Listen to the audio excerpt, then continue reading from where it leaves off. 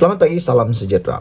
Kalau benar Mukris tak mahu pecahkan undi Melayu, ini yang Mukris harus lakukan. Bukannya terus kecewa, terus mengecam tindakan Perikatan Nasional menolak Parti Pejuang menjadi ahli dalam Perikatan Nasional tersebut. Sebelum saya teruskan ulasan, sila pastikan Anda tekan butang subscribe, karena tekan butang subscribe itu percuma. Terima kasih karena telah menyokong dan telah mengungsikan ulasan kali ini. Saudara-saudara, kalau tidak mahu jadi atau kalau tidak mahu undi Melayu pecah, sebaiknya bubar sajalah Pejuang. Itu ulasan pagi ini. Susulan ditolak permohonan untuk menyertai Perikatan Nasional tanpa diberi sebarang alasan, Pejuang lantas menzahirkan kekecewaan yang amat sangat atas tindakan tersebut.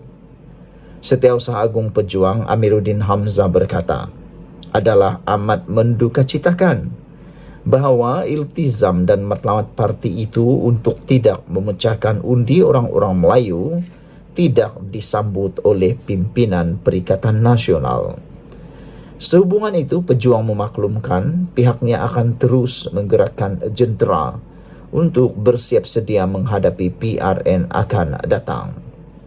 Soalnya, siapa yang memecah belahkan undi Melayu dan sejauh mana kekuatan Pejuang yang hilang deposit semua kerusi ditandinginya pada PRU 15 lalu pada ketika ini? Jom saudara-saudara sekalian, Anda mungkin boleh jawab, siapa sebenarnya yang memecahkan undi? Adakah Parti Perikatan Nasional ataupun Parti Pejuang? Pada penglihatan kita, biasanya yang memecahkan undi itu ialah siapa yang terbelakang. Yang terdahulu itu bukan pemecah. Yang terkemudian itulah sebagai pemecah undi. Jadi kalau dilihat pada itu, Parti Pejuanglah sebenarnya yang memecahkan undi Melayu. Kerana Gabungan Perikatan Nasional dan Parti Bersatu juga PAS adalah parti yang sudah lama kuat. Manakala Parti Pejuang baru muncul. Kemunculannya itulah yang sepatutnya boleh dikatakan sebagai pemecah undi orang Melayu. Saudara-saudara sekalian, kenapa Pejuang masih mahu bertanding dan mahu menggerakkan jentera bagi menghadapi PRN, sedangkan dengan hilang deposit semua kerusi itu adalah petunjuk konkret, paling konkret, bahwa ia sebuah parti yang sangat lemah dan ditolak oleh rakyat. Jika benar Pejuang tidak mahu undi Melayu berpecah, tidak sudah menyelesaikannya, kerana langkah terbaik ialah ia tidak bertanding sama sekali pada PRN akan datang ini. Bukannya bergabung, tetapi jangan bertanding. Kalau memang benar itu adalah alasan utama, yaitu supaya undi orang Melayu tidak pecah, benarlah kata Sabudin ini. Lebih baik jangan bertanding. Lagi pula memang sudah terbukti jelas bahwa Parti Pejuang tidak mempunyai sokongan yang kuat kerana tiada satu pun mereka menang serta semuanya kehilangan wang pertaruhan. Saudara-saudara sekalian, apa yang terbaik sekarang ialah lebih baik, malah paling terpuji sekali jika Pejuang dengan kadar segera membubarkan terus parti itu. Pejuang harus sedar, kekalahan yang teruk dialaminya pada PRU 15 lalu adalah petanda ia tidak diterima dan ditolak sama sekali oleh pengundi Melayu.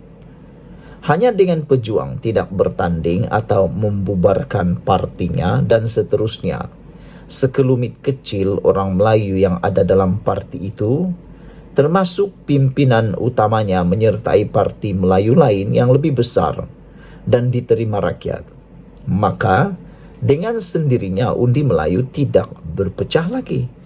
Bukankah ini lebih logik dan ini lebih baik? Ini baru disebut bukan pemecah undi, tetapi penyatu undi. Selagi pejuang ada dan terus bertanding, berdasarkan keadaan semasa dan keadaan sekarang ini, ia akan tetap kalah dan hilang deposit lagi. Dan inilah yang disebut sebagai parti pengacau, pengganggu, dan hanya memecahkan undi.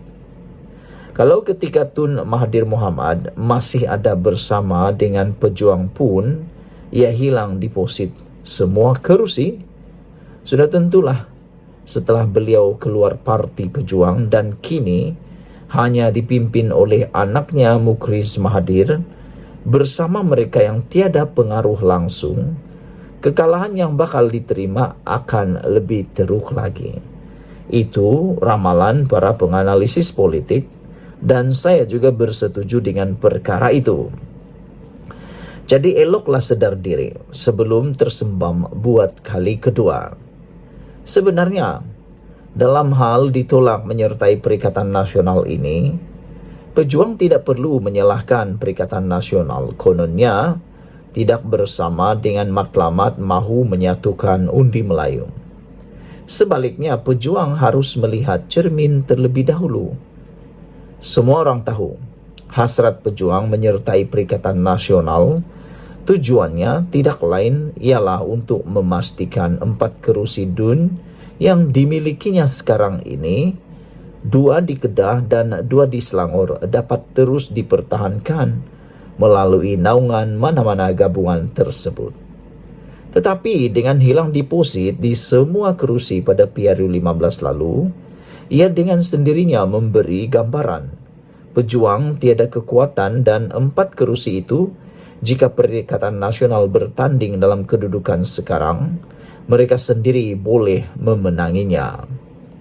Daripada diserahkan kembali kepada pejuang untuk bertanding, lebih baik Perikatan Nasional saja yang bertanding atas kekuatan mereka sendiri.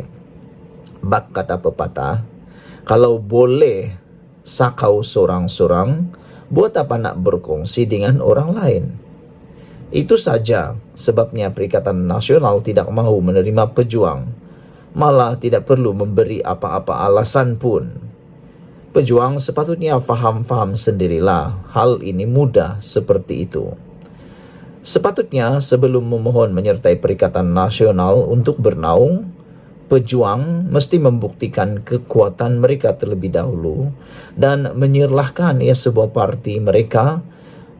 parti mereka benar-benar ada nilai tambah. Ini sudahlah tidak ada nilai tambah, datang pula hanya untuk menambah masalah dan tak pasal-pasal Perikatan Nasional kena susun semula pembahagian kerusinya. Mudah kata, kelemahan paling awal dalam hal ini ialah apabila pejuang sendiri memohon menyertai Perikatan Nasional tanpa memperkuatkan partinya terlebih dahulu, bahkan mengharapkan Perikatan Nasional untuk memberi kekuatan tambahan kepada mereka. Dipetik daripada Sabudin Husin, diubah suai daripada admin Nazilin Unity. Sekian dulu untuk kali ini, jangan lupa tinggalkan komen Anda, sila share video ini, kita jumpa lagi, bye-bye.